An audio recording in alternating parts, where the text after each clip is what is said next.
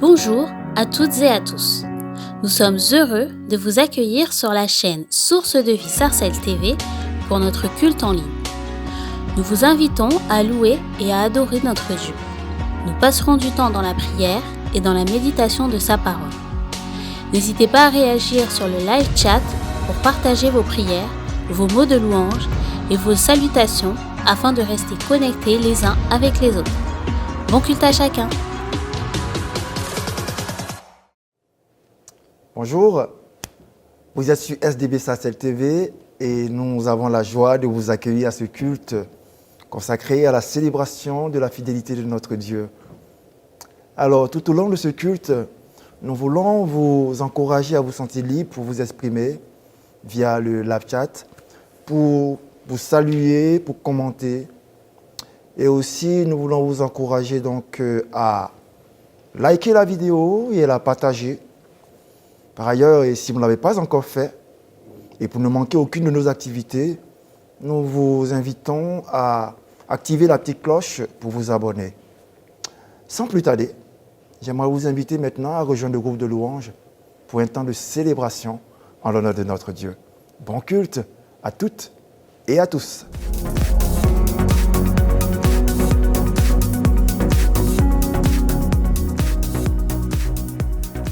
Amen, amen, amen. Bonjour à tous. J'espère que vous allez bien. Nous sommes là, c'est pour louer, c'est pour élever le nom du Seigneur Jésus. Amen. Car son trône est élevé. Il est au-dessus de tout. Alléluia. Nous allons encore le proclamer ensemble.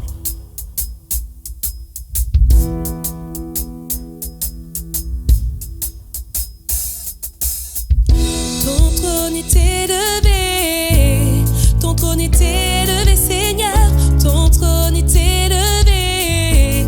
Alléluia, amen. Ton trône est élevé, ton trône est élevé, Seigneur, ton trône est élevé. Alléluia, amen. Ton trône est élevé, ton trône est élevé, Seigneur, ton trône est élevé.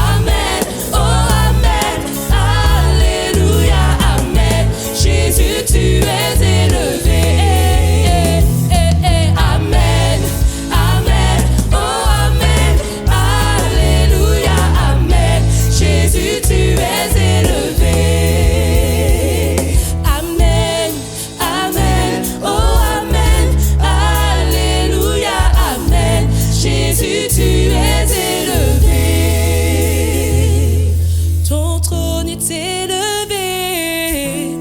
Ton trône est élevé, Seigneur. Ton trône est élevé. Alléluia. Ton trône est élevé. Ton trône est élevé, Seigneur. Ton trône est élevé. Alléluia. Amen. Amen. Jésus, tu es élevé. Oui, Seigneur, tu es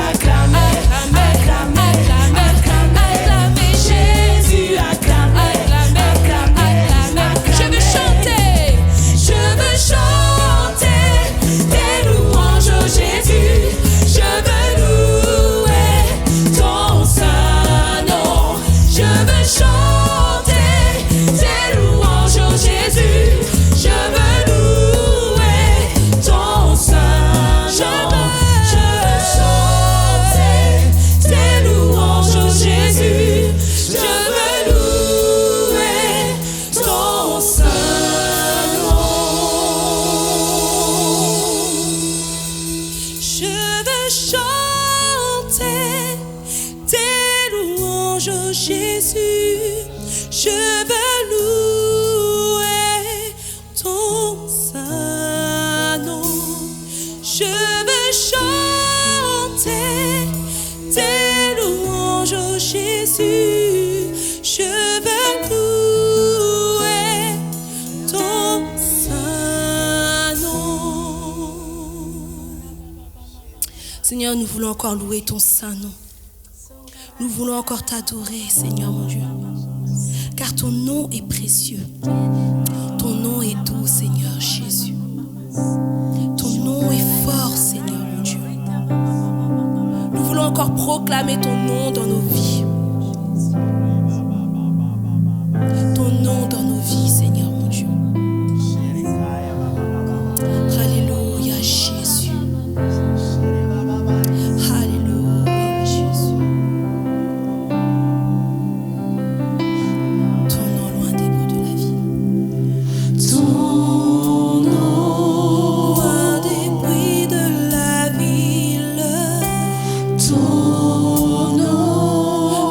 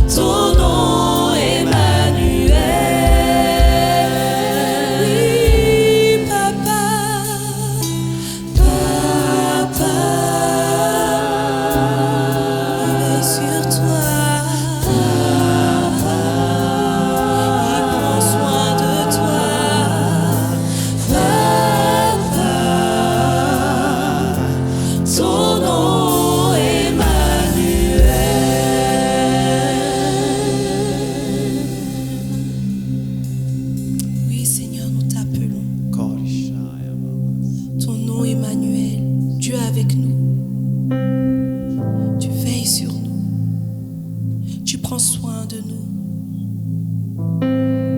Oui, Seigneur, tu es là. Ton nom Emmanuel, tu es avec nous. Alléluia.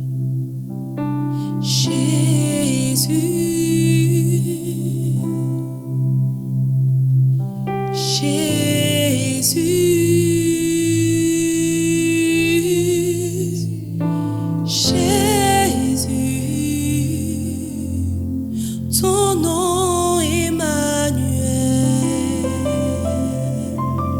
Ensemble disons Jésus, Jésus.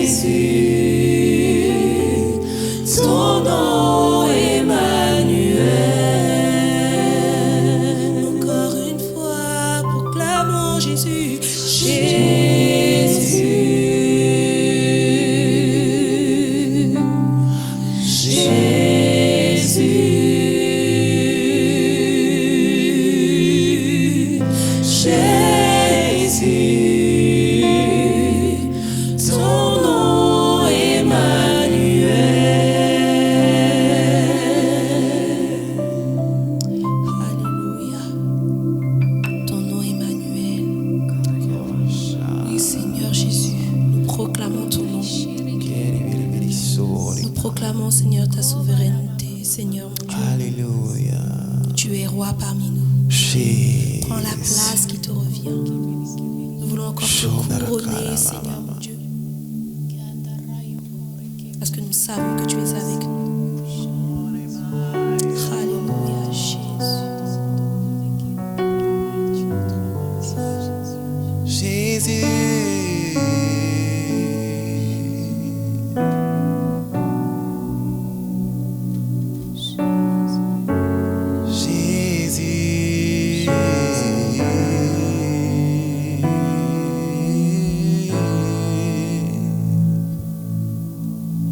Jésus, nous te couronnons,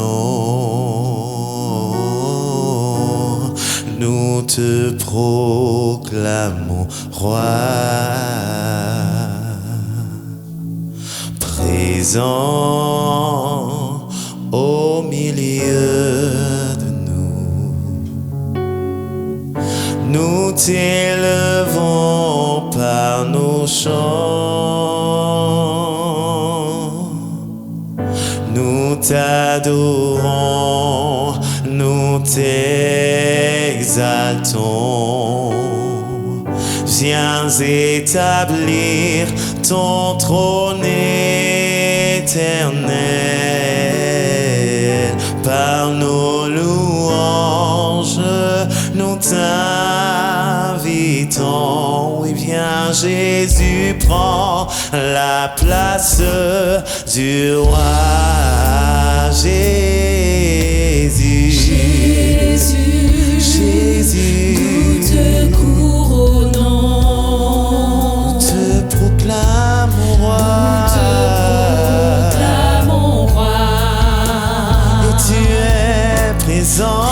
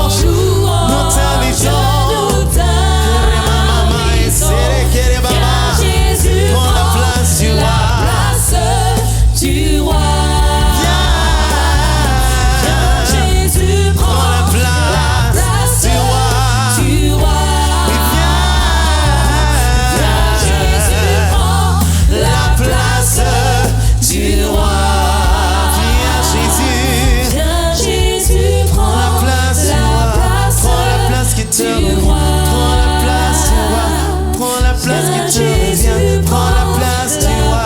Prends la place qui te revient. Prends la place du roi. Prends la place qui te revient. Prends la place, prends la place, prends la place du roi. Prends la place qui te revient. Jésus prend la place du roi. Jésus prend la place qui te revient. Jésus prend la place du roi. Nous voulons t'élever, Jésus. Nous voulons t'adorer, Seigneur. Nous te couronnons, roi. Nous te couronnons, roi. Nous te couronnons, roi. Tu es le roi des rois. Le Seigneur, c'est toi. Tu es notre Dieu, notre roi, notre Père, notre Seigneur. Nous ne voulons que toi. Nous ne voulons que toi. Nous ne voulons que toi. Nous ne voulons que toi. Pas d'autre Dieu que toi. Pas d'autre Dieu que toi. Pas d'autre Dieu que toi. Pas d'autre Dieu que toi. Pas d'autre Dieu que toi. Pas d'autre Dieu que toi. Pas d'autre Dieu que toi.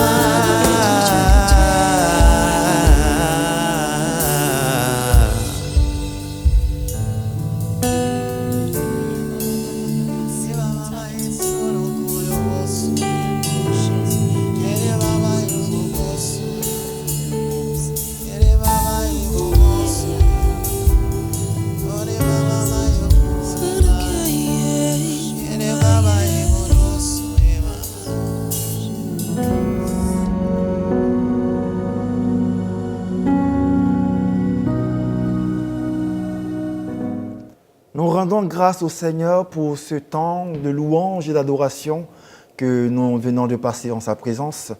Et nous bénissons son nom pour la vie de nos bien-aimés du groupe de louange. Que le Seigneur les accompagne dans le ministère et qu'il leur donne de trouver toujours de la joie dans ce service. À présent, j'aimerais nous inviter à prendre un temps de prière. Et aujourd'hui, je vous propose de tourner nos regards vers le Seigneur et lui demander de nous visiter, de nous faire la grâce de pouvoir retrouver notre passion des premiers jours. Notre passion des premiers jours de notre conversion. Voilà, que nous puissions retrouver le premier amour avec lui. Ensemble, prions le Seigneur. Notre Dieu et Père, nous bénissons ton Saint-Nom et nous te rendons grâce. Seigneur, alors que nous voulons vivre la consécration dans ce mois, aujourd'hui, nous voulons crier à toi en Église.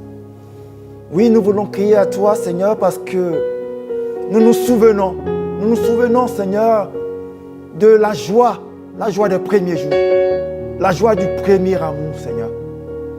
Et Seigneur, nous voulons te prier pour chacun d'entre nous, frères et sœurs.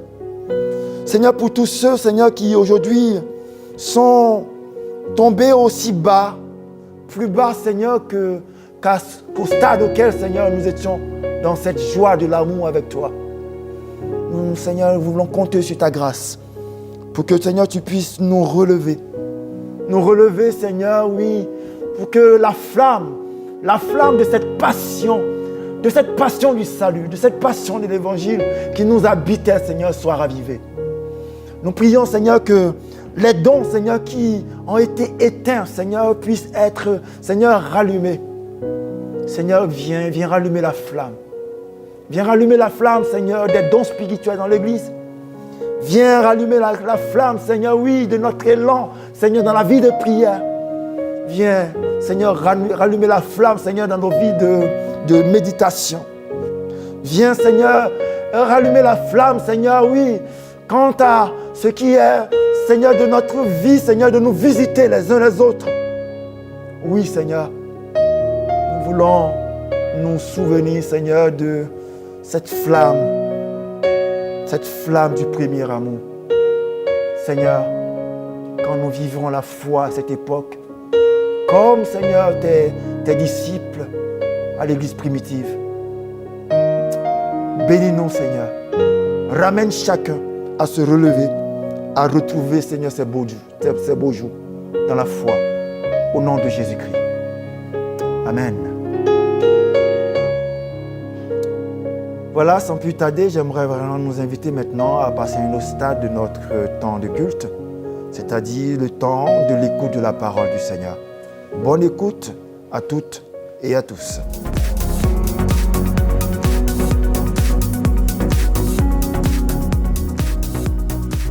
Mes frères et sœurs dans le Seigneur, je vous salue. Que Dieu vraiment vous bénisse. Pour ma part, je me réjouis vraiment d'être avec vous.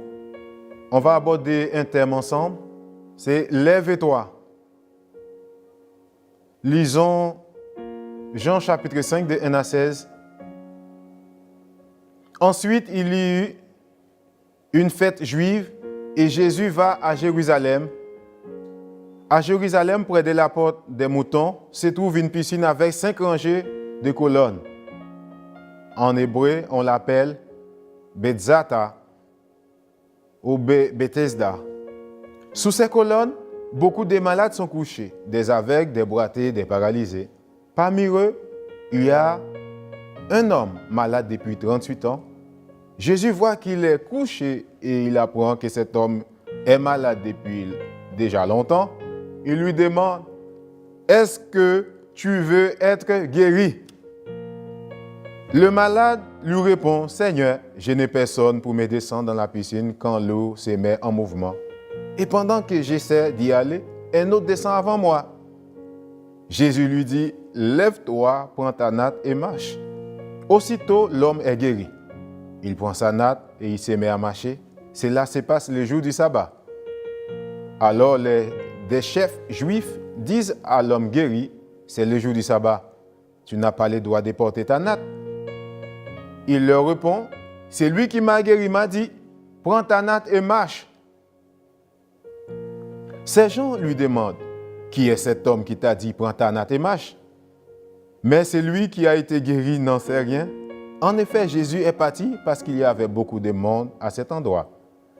Plus tard, Jésus le rencontre dans le temple et lui dit, « Maintenant tu es guéri, ne commets plus de péché, sinon il t'arrivera quelque chose de plus grave. » L'homme va dire au chef juif, « C'est Jésus qui m'a guéri. » Alors il cherche à faire du mal à Jésus parce qu'il a guéri quelqu'un le jour du sabbat.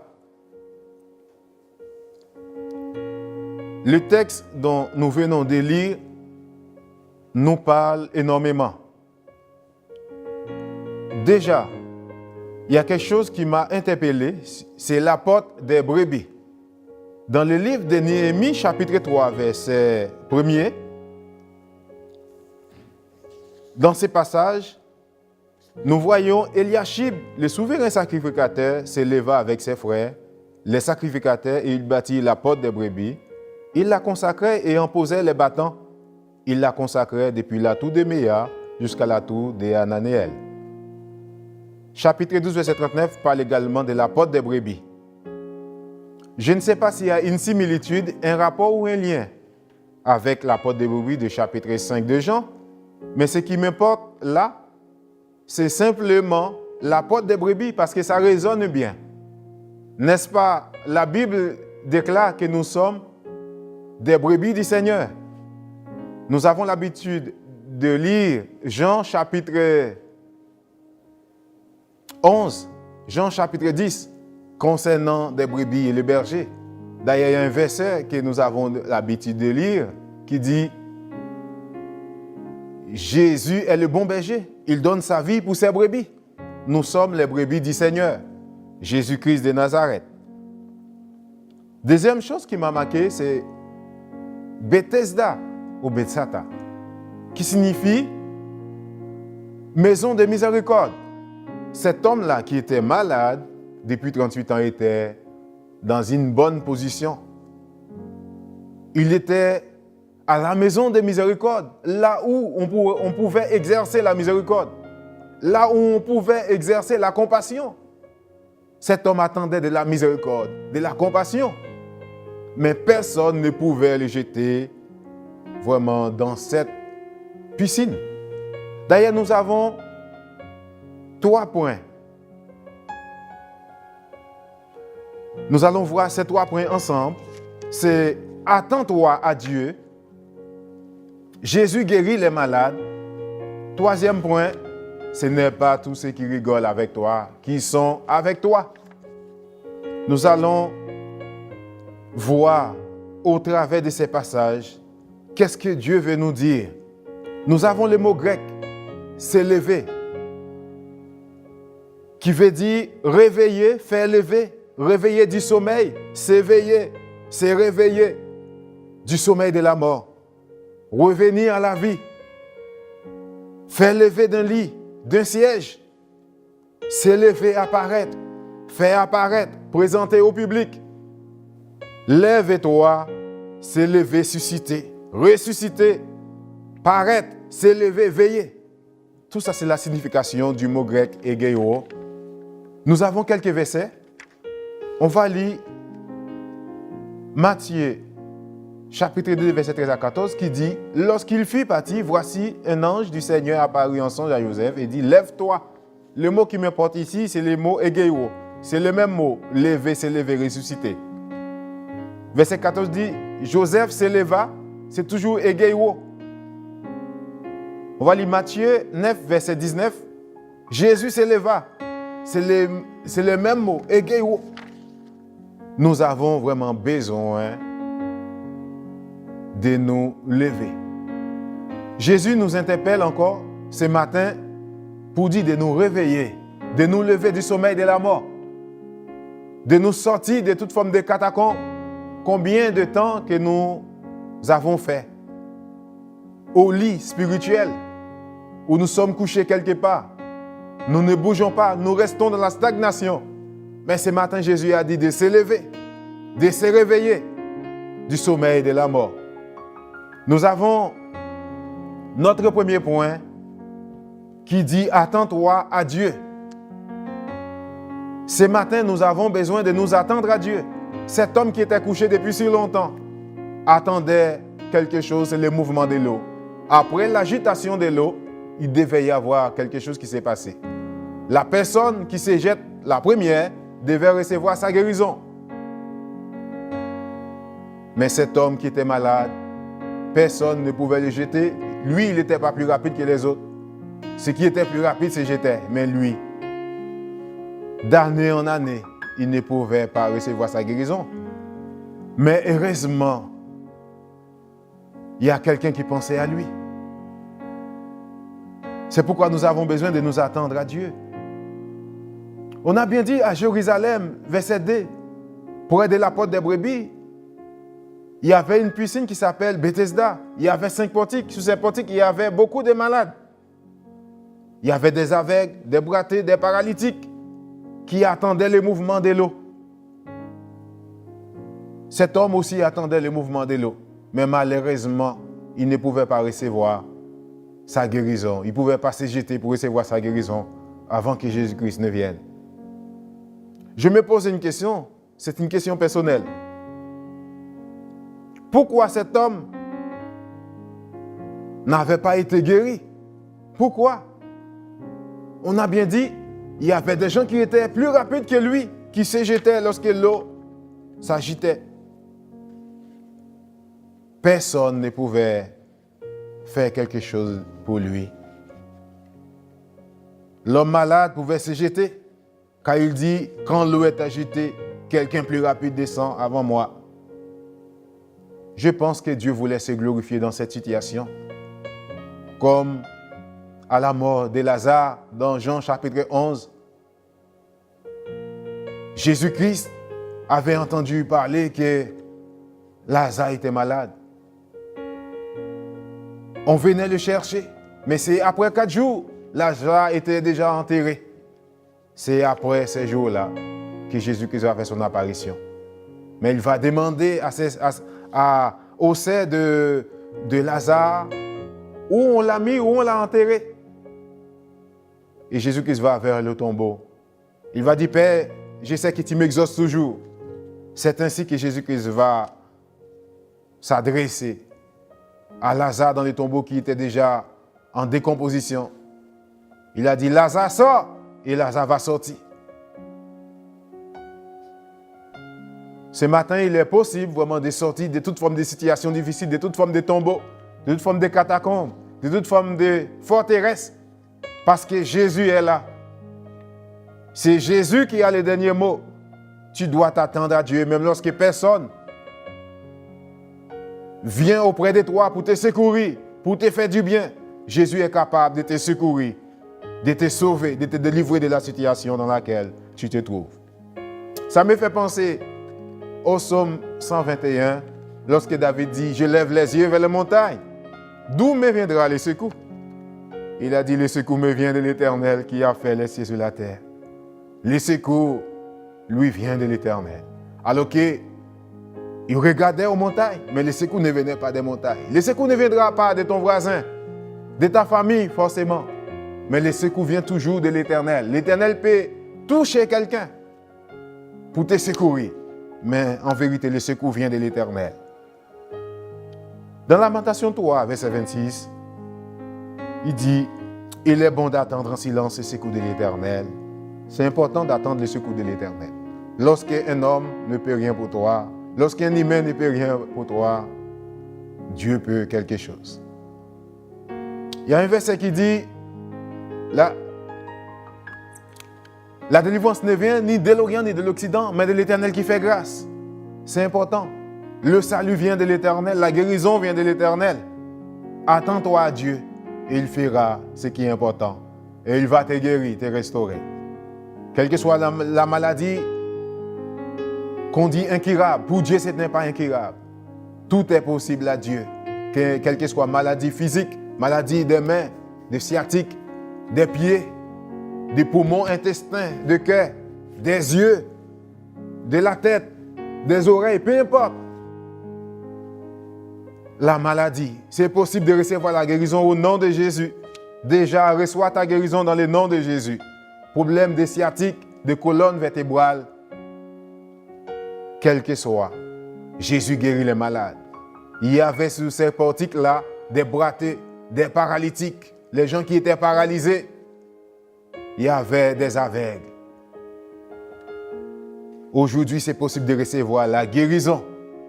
Notre deuxième point dit, Jésus guérit les malades. Jésus guérit les malades. Il est possible de recevoir la guérison. Tout est possible à Dieu.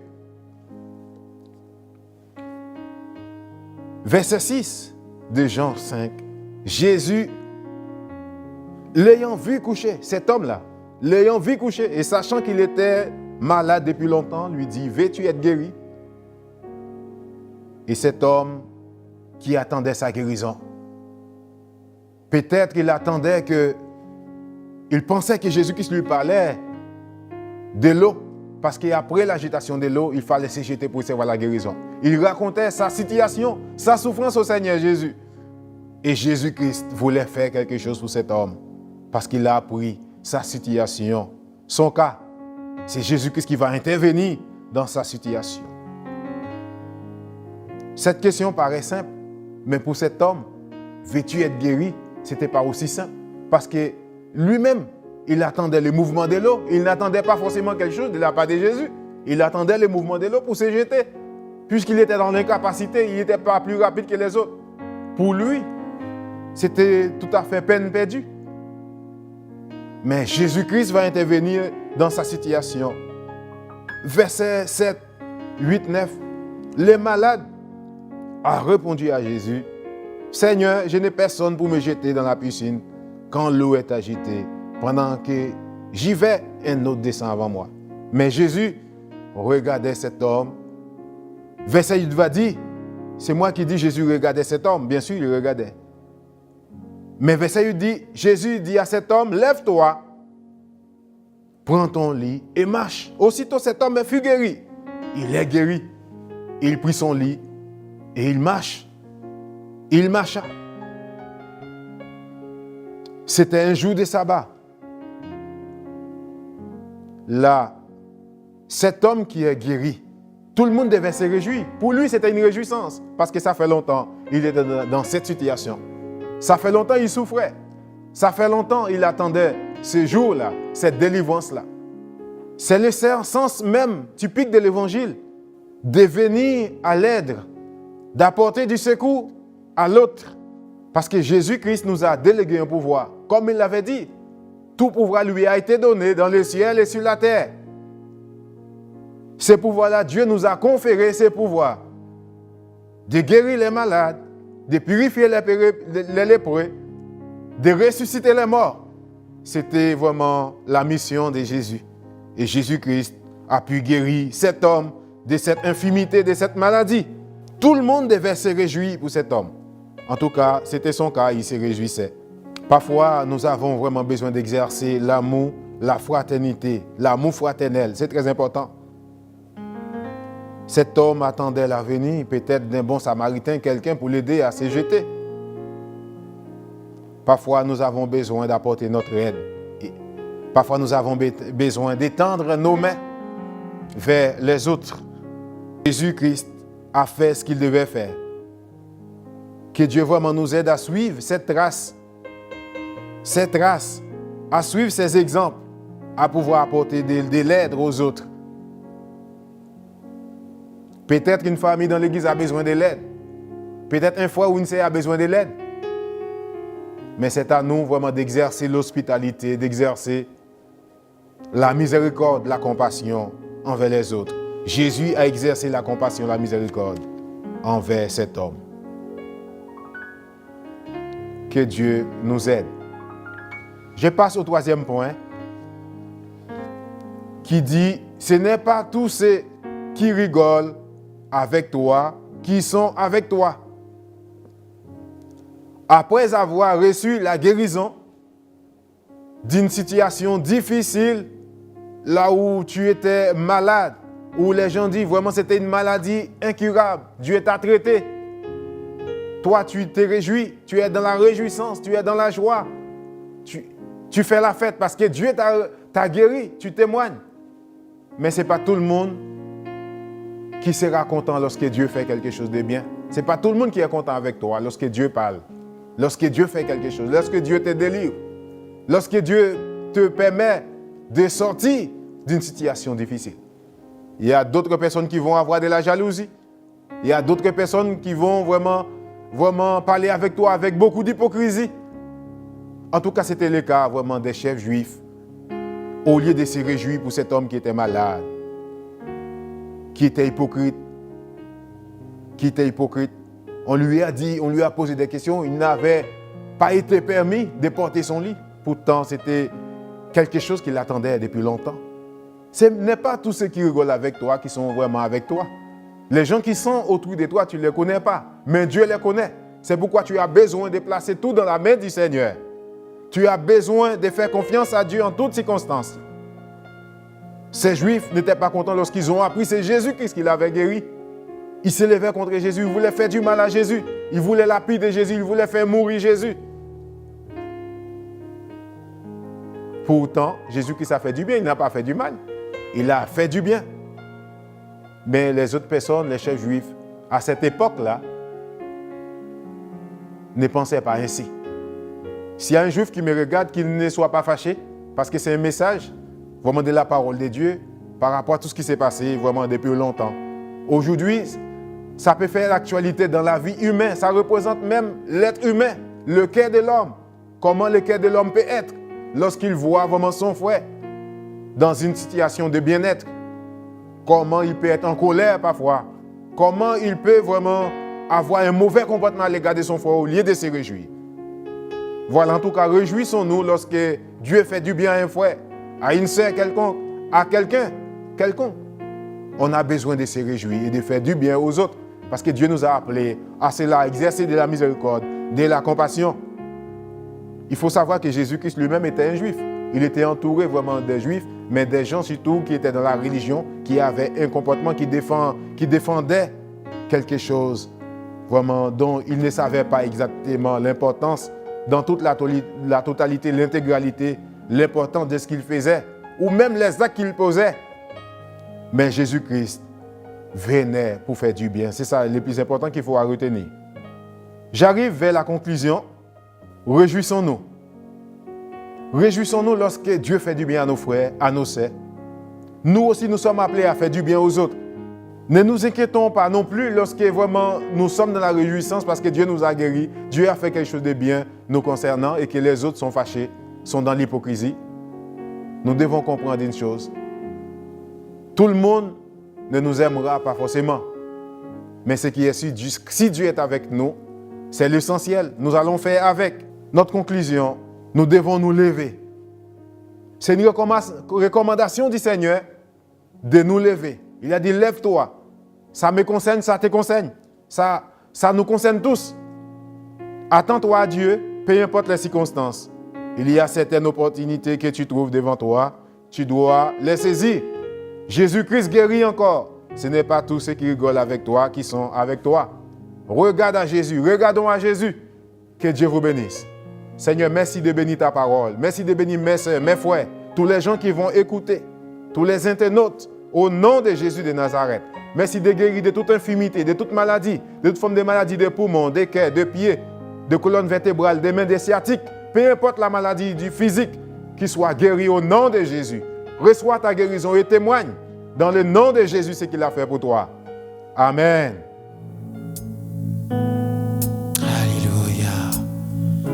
Merci Seigneur. Entends nos cœurs reconnaissants. Entends nos cœurs reconnaissants qui battent pour toi, Seigneur. Oh Jésus. Comment expliquer et comment décrire un amour si grand, si puissant que rien ne peut le contenir. Tu sais mes espoirs, Seigneur, tu sais mes craintes, et mes mots sont bien trop petits pour dire tout l'amour que j'ai pour toi. Alors entends mon cœur, mon esprit qui te lève, entends le chant d'amour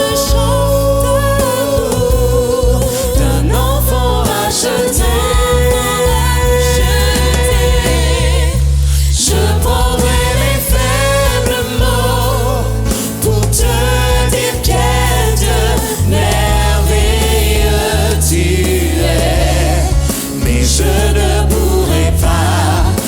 Dire combien je t'aime, alors entends mon cœur. C'est tout comme de la pluie, les mots pouvaient couler, mais si j'avais l'éternité, je ne pourrais pas l'exprimer.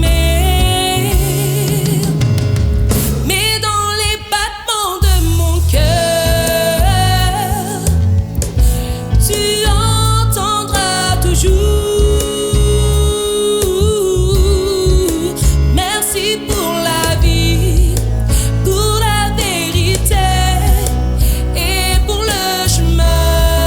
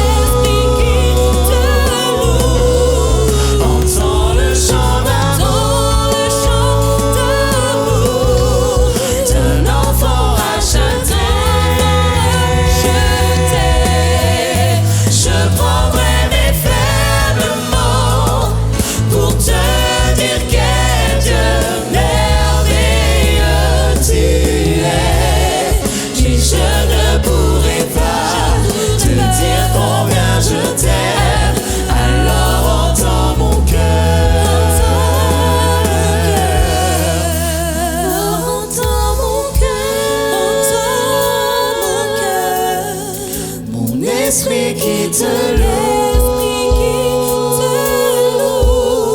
Entends le chant d'amour d'un enfant racheté.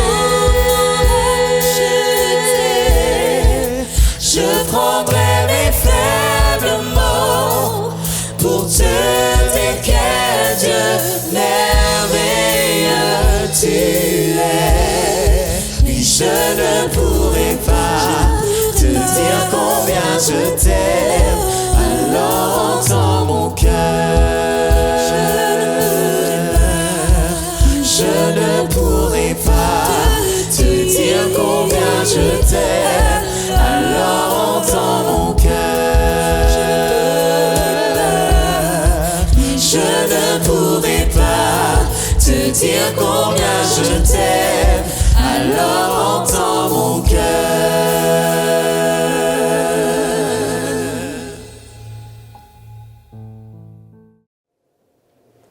Nous rendons grâce au Seigneur pour ce message qui vient nous encourager dans la foi et dans la consécration. Et nous bénissons le Seigneur pour la vie de son serviteur, pour ce message qu'il a pris du temps pour préparer.